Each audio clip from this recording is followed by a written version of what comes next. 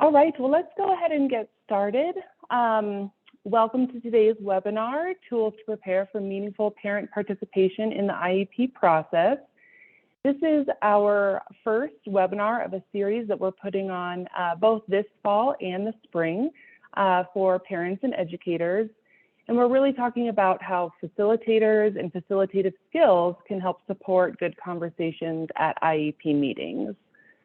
So my name is Jennifer Stewart. I'm a project consultant for the Alternative Dispute Resolution Project at Peak Parent, and I apologize, my video is not working, so there's a picture of my face, so that's what I look like. And I'm excited, I'm joined with one of our parent advisors from Peak Parent. Her name is Erin Camper, and she'll be sharing some advice today with us around some of the tools and tips that have worked for her. So before we get started, I would like to go over a few items to help you participate in today's webinar. Please remain muted during the presentation. If you have questions or comments, please put them into the chat. To view the live transcript, click the CC button at the bottom of your screen. And Spanish interpretation is available, and we ask that all participants select the language, which can be done by selecting the globe at the bottom of the screen and choosing English or Spanish. This session is being recorded and will be posted to our website for later viewing. This webinar is presented in conjunction with the Colorado Department of Education Alternative Dispute Resolution Project. And that goal is to really help families and educators learn about facilitation and facilitative skills. The project is intended to support communication and the resolution of disagreements. We acknowledge that there are conflicts that may reach a point where a more formal process provided under IDEA is needed, but our role at Peak Parent is really a training and information center that does not provide legal advice. So our webinar today in our series is really just provided for informational purposes only. Following the presentation, you'll receive an evaluation, and we would appreciate if you would take a minute to complete that.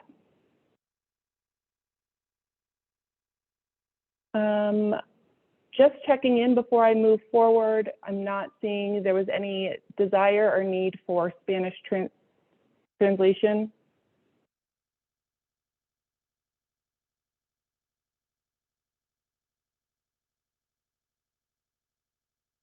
Just real quick, I need to, Anne or Erin, could you make Anna an interpreter as well? In case somebody comes on. All right.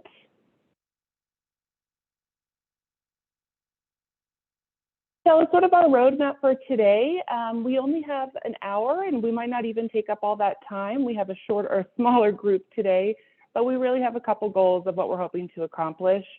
So first, we're just going to spend a little time talking about the Alternative Dispute Resolution Project and how it got started. We then want to hear from Erin, who is a fellow parent and really has some great advice around tools and tips for how to prepare for an IEP. Then we'll talk about more, what are some ideas around meaningful participation specific to also sort of the IDEA process and what should be expected. And then we'll also talk about if you are interested in the more formal requesting a state facilitator through the Department of Education, we'll be educating you on that process as well.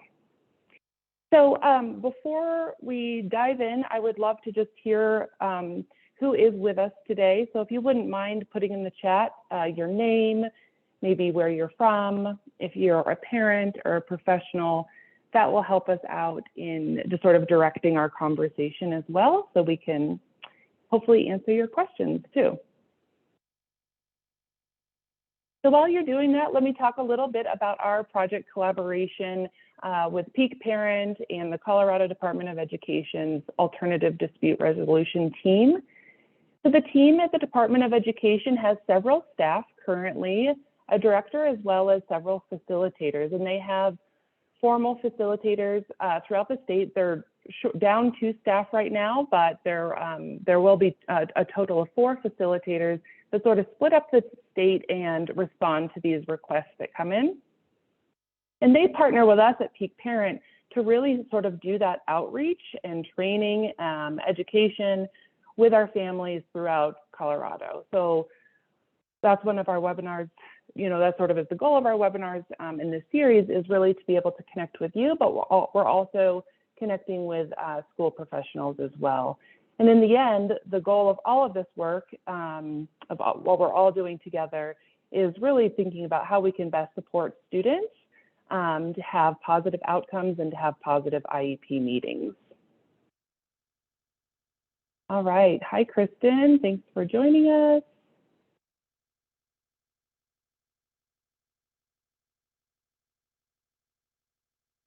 All right. So one other request, you don't have to put this into the chat, but one of the things that we really hope is that you walk away from the webinar today having something answered that you were curious about. So what sort of brought you here? So just on your own paper or in your own mind, think about what sort of is that question that brought you here, or that thing that you were hoping to learn. And at the end of the webinar, we'd love to check in with you, and hopefully either we have answered that question and that information was gathered, or we'll probably have time for questions and discussion as well. All right, so let's get started in talking about sort of where did alternative dispute resolution come from, specifically how it got started here in Colorado. So the project here in Colorado through the Department of Education got started in 2013. And this really came together with stakeholder investment and members of an advisory board having many discussions of, understanding that there was something that we wanted to address related to special education conflict and exploring what might be the best solution. And so Colorado decided to go with facilitation as their alternative dispute solution. And that came on board in 2017. We started having facilitators support this work. So the mission of all of this work, both with the Department of Education and in our partnership with them at Peak Parent, our mission is to really provide a funded support system and toolbox of options for all special education stakeholders in order to increase a more collaborative IEP process and improve relationships.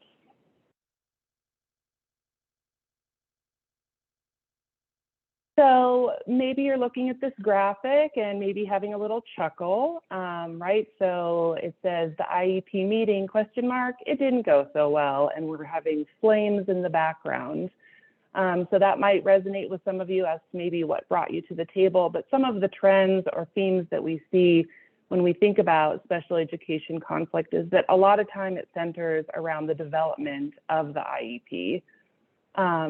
We see that there can be sort of this natural imbalance of power that exists where parents are feeling undervalued during that IEP process, kind of feeling teamed up against. We also see a trend that school staff members, administrators, and families often become focused on disagreement and engaged in a relationship strained by that unresolved conflict. So several things that are sort of building up, but this last bullet point, I think, is really one of the true reasons that Colorado decided to respond and create a project around facilitation, is that we know that school districts are just spending so much money, over $90 million per year nationally on conflict resolution. And I'm pretty sure that statistic has not even been updated in the past couple of years. Now, hopefully we see it going down because many states have implemented different programs to sort of help decrease more formal disputes. So this slide, just to sort of show that in terms of what does the data look like over the past over 10 years. And again, reminding you that this project kind of started in 2013, but facilitators didn't even come on until 2017. And so you really see sort of that increase in utilization of the facilitation request. So This is reflective of 2021, but it doesn't include sort of like half of the year of that academic data. So, you know, when I work with the Department of Education team and those facilitators, they say, oh man, yes, it was much more than even is represented in this graph. So it's good to see, as you see, we have mediations, state complaints, and due process, and many of those have gone down over the years in terms of their utilization. So our solution really in the state is to focus on not only using more formal facilitators through the Department of Education, but really promoting the idea that facilitative skills are positive, you know, for all IEP stakeholders. And so a lot of the work we're trying to do is not only educate you about this program through the Department of Education where you can request a facilitator, but also promoting the idea that they're helpful for everybody every day, especially because we want to focus on supporting disagreements before they truly become disputes. So one of the model that we have around facilitation here in Colorado is really a tiered approach where we're trying to have more of a universal and inclusive approach to promoting effective communication techniques and facilitative skills for all. And so we do that through our trainings and webinar series. We then have a middle level tier where we do have some facilitators who are trained throughout the state, but not as a paid role. Maybe they've gone through a train the trainer model and they might be working with an administrative unit somewhere. And then of course we have our top tier, which is that formal requesting an employee from the Department of Education that could come in and be sort of that more formal impartial facilitator. So let me talk a little bit about their role specifically. So if we think about facilitation in a more formal, you know, person coming in, what is their role? And so their role is really to be impartial, right? So they're not choosing sides, they're not making decisions, they're really just promoting effective communication and participation by all, right? So also supporting the idea that everybody has a voice and using different instruments and tools to support that communication. Facilitators can come in for IEP meetings, but they can also support just general other special education meetings. So keep that in mind that, again, like that last slide was saying, the idea of this is really a prevention model before a dispute is occurring. And so we really think being more proactive and thinking, well, let's do this even before something becomes a little bit more elevated. Facilitation is a voluntary process, but it does need to be agreed to by both parties. And I'll talk more about that in terms of how you submit a formal request. Agreement doesn't have to take place for a request for a facilitator to come in, but in the end, they have to both agree and sign on and be a part of sort of creating an agenda for the work that they're doing together. And then, of course, lastly, just emphasizing again, they really are talking about how facilitative skills make the meetings in general just more effective. There's more focus with an agenda, keeping people on track, and not diverting from what we're truly trying to accomplish for the student that we're discussing. So what facilitation is not? So facilitation is not an advocate representing one side or the other. Facilitation is not a mediator or confidential mediated agreements. Facilitation is not due process. And then again, facilitation is not a third party saying someone wins or loses. It's really that impartial support to facilitate effective conversations. So that's just a little bit about what is alternative dispute resolution, how facilitation can potentially support you.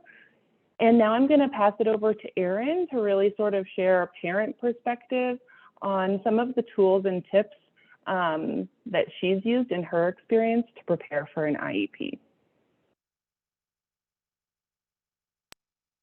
Hi, everyone.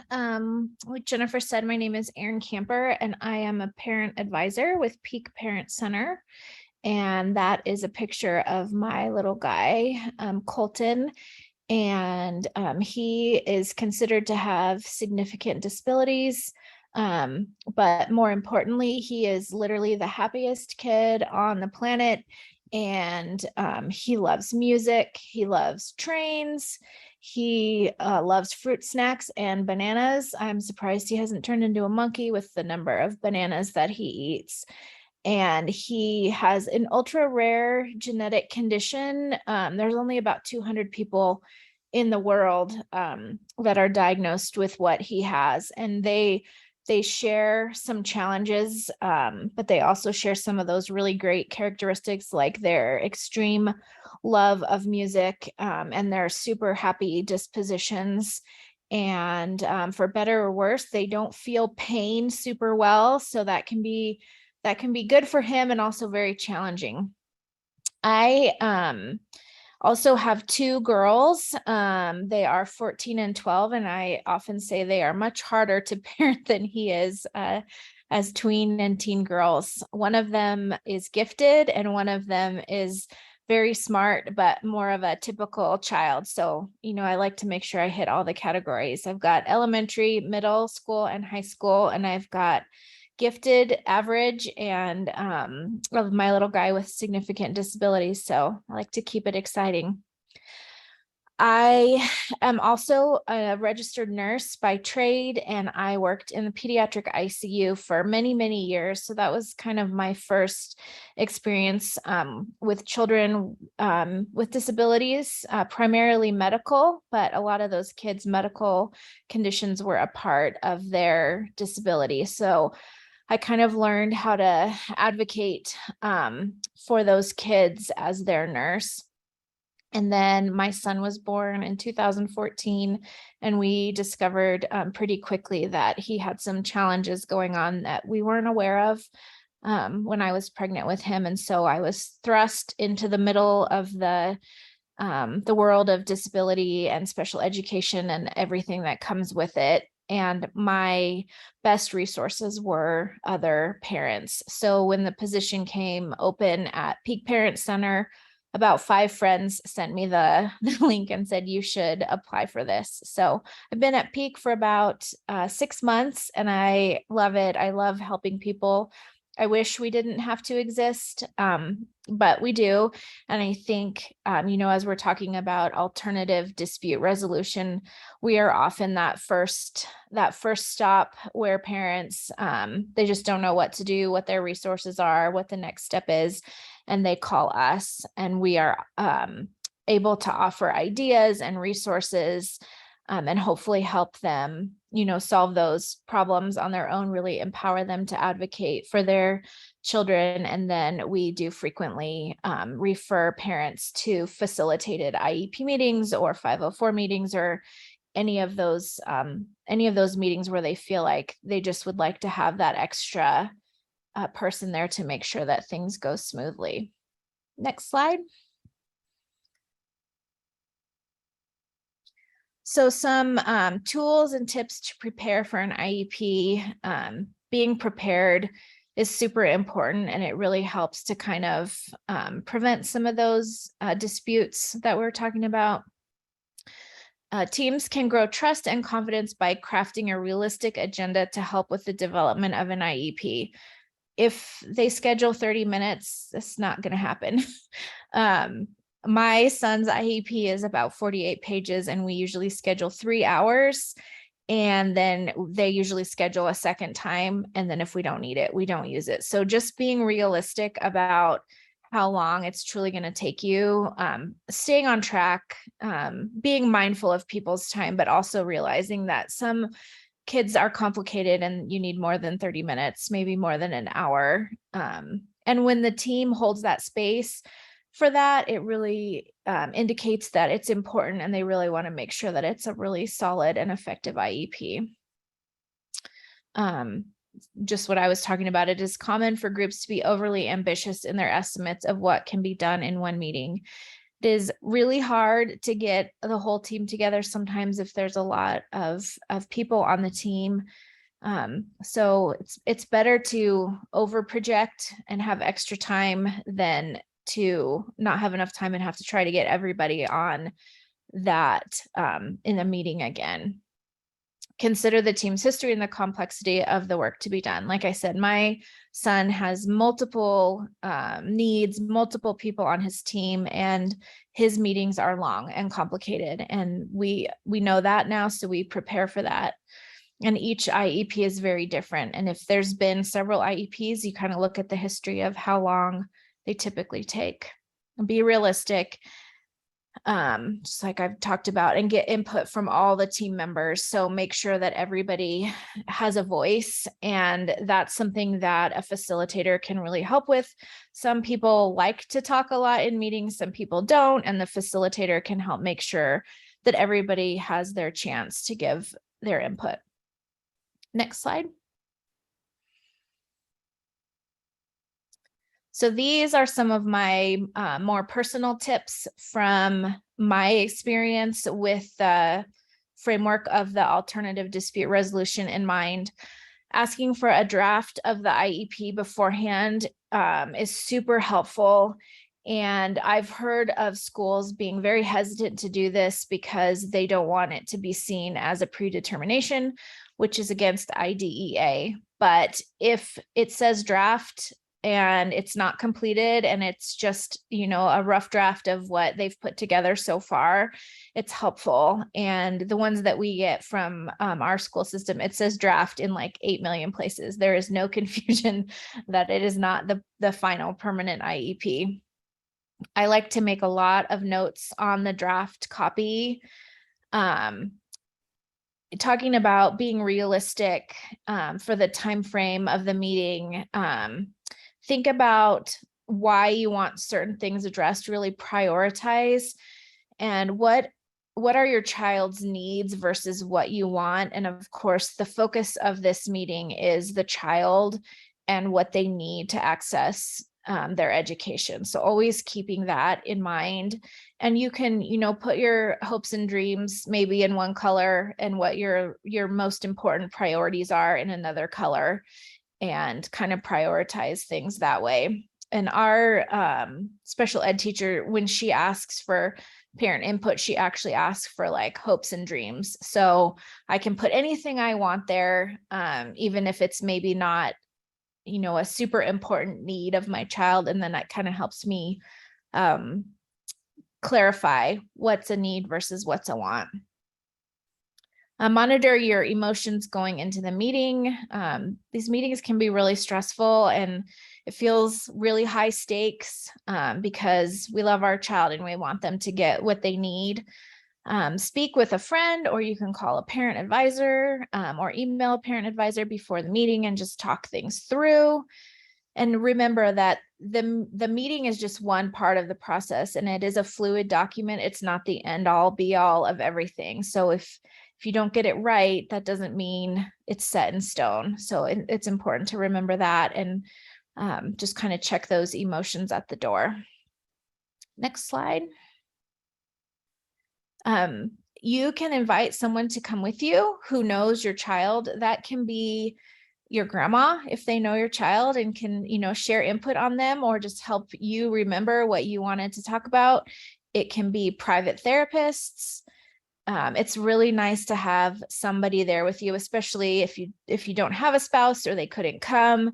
Bring somebody with you who knows your child. I had one mom that I talked to at Peak Parent, and she brought her mom because her mom knows her child, and she was able to be like that calm person in the room and kind of take in that information that maybe the mom missed because you can't remember everything that's said when there's so much going on. And something that we also really recommend is to bring your child whenever possible. When they get to transition age, they really do need to be there, but they can start coming, very young, even if it's for 5 minutes and they introduce themselves with a talker, if that's what they need, or they can draw a picture and they can share that. whatever way they are able and comfortable with taking part in that IEP is great. If it's really not feasible for them to be there, bring a photo and remind everyone the focus of the meeting. I had a call where it was kind of going to be a contentious meeting, the mom felt, and the daughter was a middle schooler, and I said, make sure she's there, let her share how she's feeling at school. And she said that it was so great having her there, because people tend to not fight in front of the student, and that's what we're trying to avoid. We're trying to have civil, effective meetings, and having the child there to speak up for themselves, or even just to be there to remind everybody this is a human being that we are focused on here. Next slide. And then we wanted to make this kind of a little bit interactive. If anybody that is here has been to an IEP and has any ideas that they would like to share about how you prepare and how you keep things running smoothly and avoid those disputes. Yeah, so if you would like to unmute and share, if you would like to put into the chat. While you do that, I'm just going to prompt Erin. I think in some of our discussion, when you were sharing some of this, was also related to just sort of the room and how to make the room feel more comfortable. Do you know what I'm talking about? Yes, yes. Thank you for the reminder. Okay. So I'll share this, and then if anybody wants to pop in and share their ideas. It's great if the room can be set up in a circle, because it really kind of gives that feeling of a team where everybody is on the same team. You know, if you're limited in your language ability or just not feeling comfortable about doing that, that's totally understandable.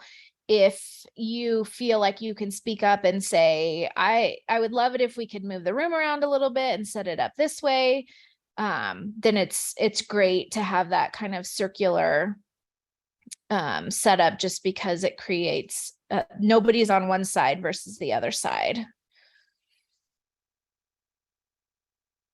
And if anybody else wants to share.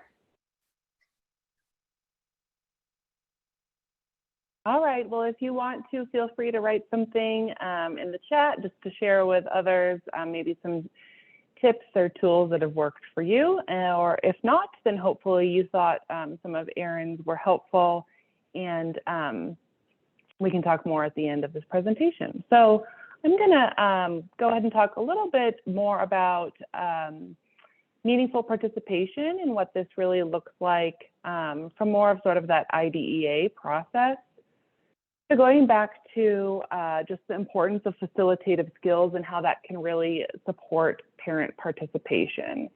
And so the IDEA and its implementing regulations requires that parents be provided an opportunity to be those meaningful participants in the education of their eligible children. And this really means what we're talking about is that participation in the IEP meetings. So let's talk about what that can look like.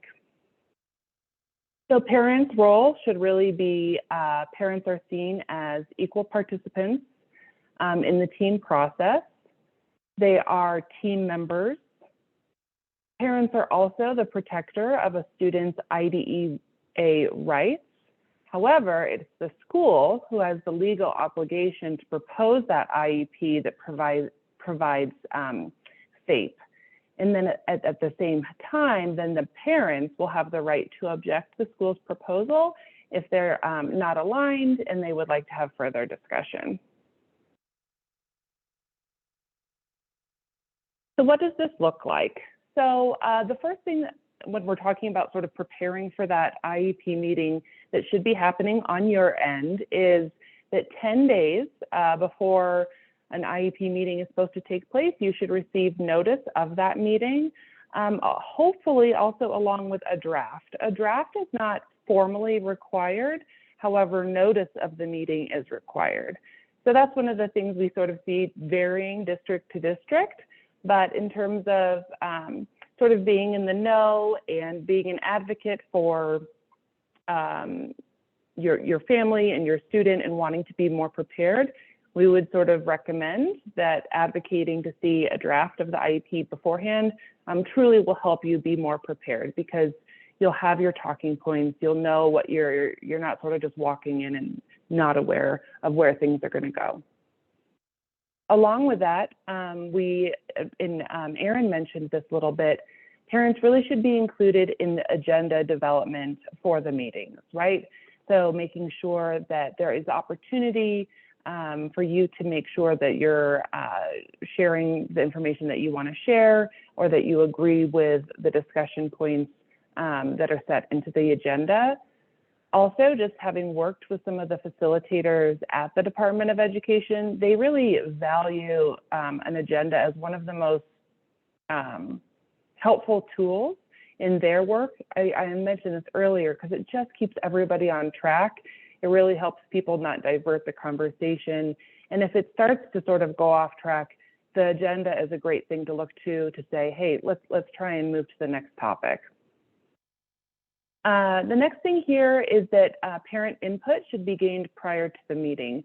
So really making sure that you have the opportunity to share your voice around your student concerns. And we have a tool on the next slide to share with you that can be sent out afterwards if your district is not using something similar to gain your input so far. And then, of course, just in general, we want to make sure that parents are having the opportunity to report out information during the IEP meeting, right? Making sure that it's a balanced meeting and that all voices are heard. So really having filled out that parent input paper is a great way to almost feel more prepared to share once you're there, because it gives you something to look to. So the purpose is really to provide you with opportunity to report out about student strengths, behavioral performance, social interactions, or any of your concerns.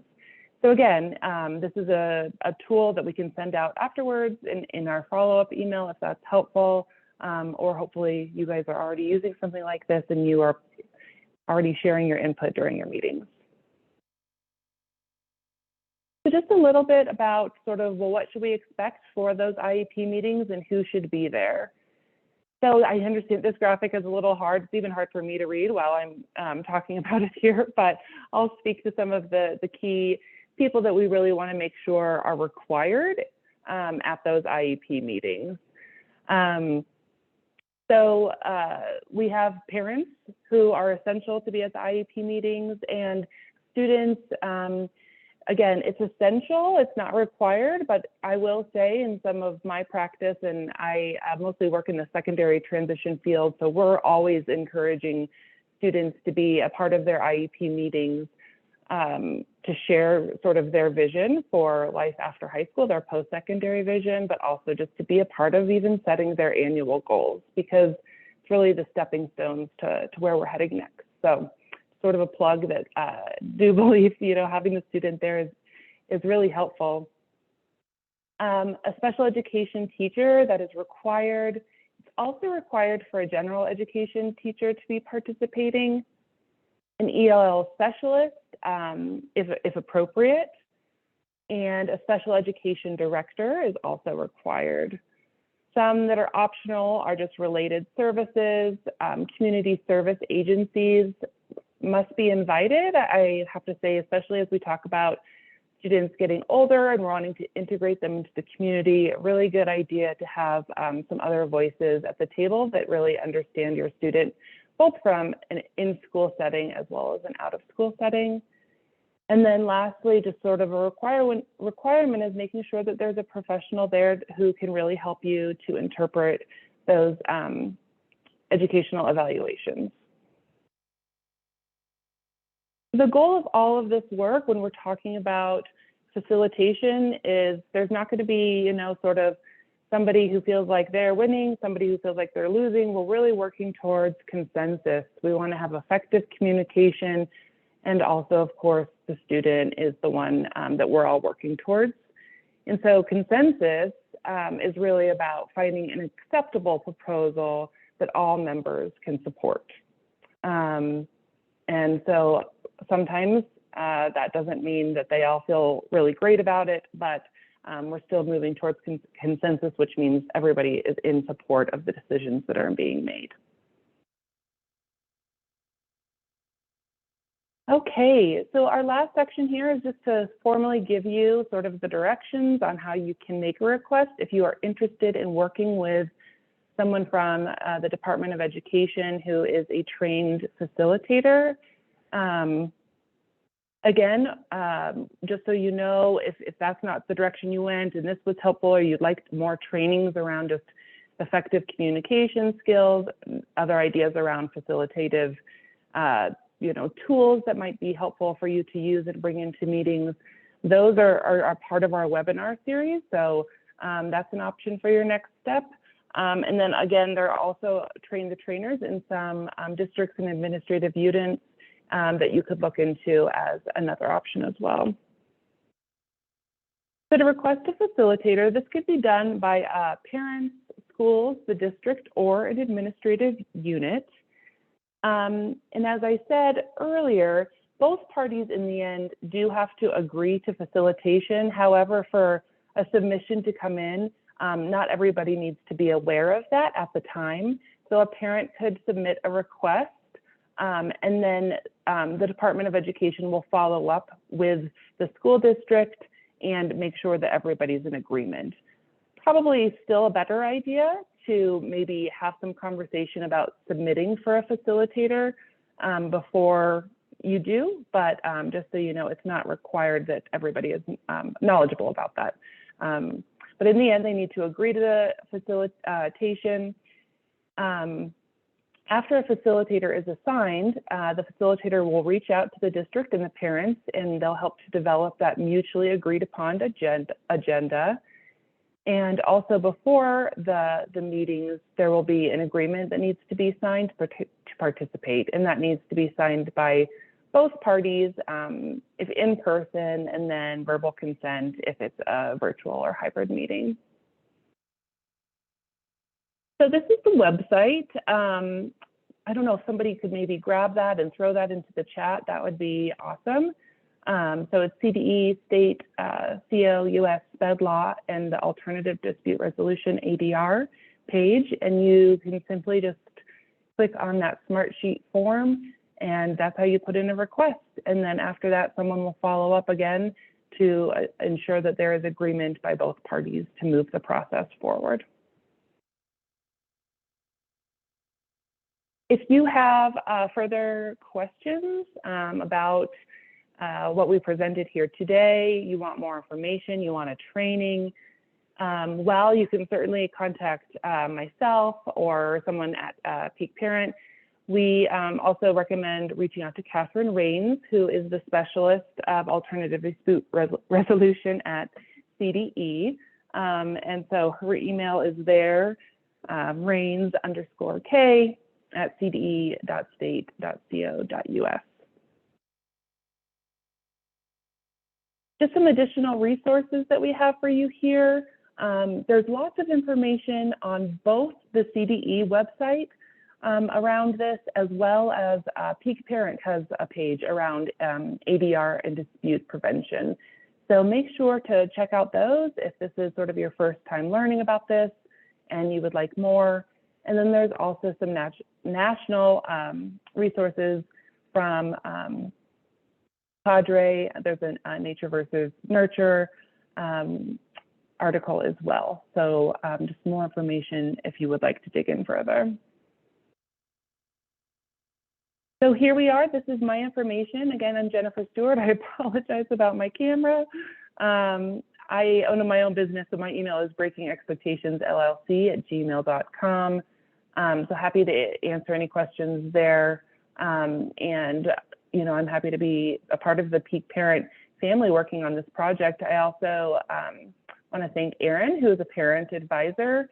And so the information to reach out to advisors is on the screen there. So as she had mentioned a couple of times, if you have an upcoming meeting and you're nervous, you just want to talk through things, then that's actually a great place to start.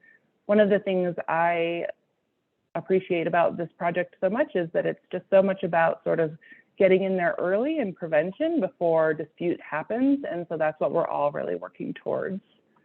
So with that, I want to, before we just kind of wrap up and I sort of say my closing script and thank yous, you know, earlier in this meeting, I asked you to maybe just in your own paper, jot down if you had a question, what brought you here, or what was something that you hope to learn. And so for our smaller group today, if you're shy, you don't have to speak up, but I would love if you could use the chat, or if you do still have a looming question or we answered it, I would love to hear from you for our last little time together.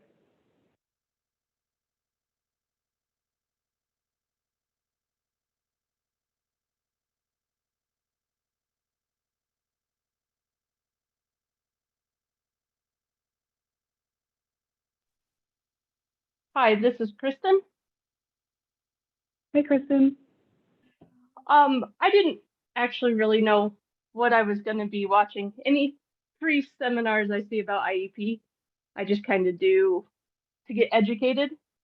And so I had no idea that this was even an option. So it was a good learning and something to have in the back of my mind if I ever need it. Okay, good. Well, thank you for chiming in and thank you for being here. Hopefully it was helpful. Just, yep, keep in mind in your future. Thank you very much.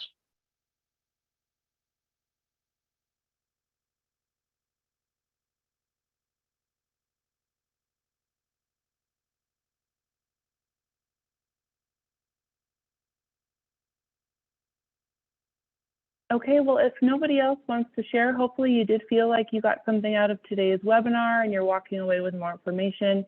If not, you know, certainly follow up or follow up through the Department of Education's website if you're interested in making that formal request. So I just want to thank you all for joining us today. And if you can please fill out the evaluation when you receive it to improve our offerings, and it helps with funding for our programs. If you'd like more information, please contact a parent advisor at our Peak Parent Center, parentadvisor@peakparent.org. So on behalf of CDE and Peak Parent, thank you for joining us and have a great rest of your day.